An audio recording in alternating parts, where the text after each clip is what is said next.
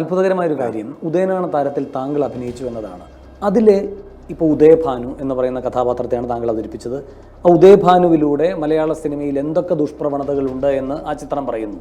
ആ ദുഷ്പ്രവണതകളുടെ പലതിൻ്റെയും ഉടമയായി അധിക്ഷേപിക്കപ്പെടുന്ന ഒരാൾ താങ്കളാണ്.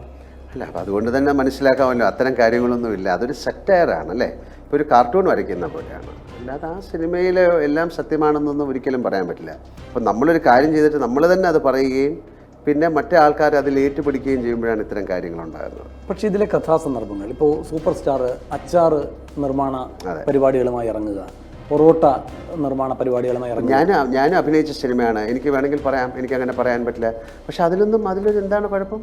ഇപ്പോൾ അവനവനെ തന്നെ ആക്ഷേപിക്കുന്ന തരത്തിലുള്ളതാണ് എന്ന് തോന്നിയിട്ടില്ല. അതൊരു സെറ്റയറാണ്. ഒരാൾക്ക് ഇന്നത് ചെയ്യാൻ പാടില്ല എന്ന നിയമങ്ങളൊന്നുമില്ല.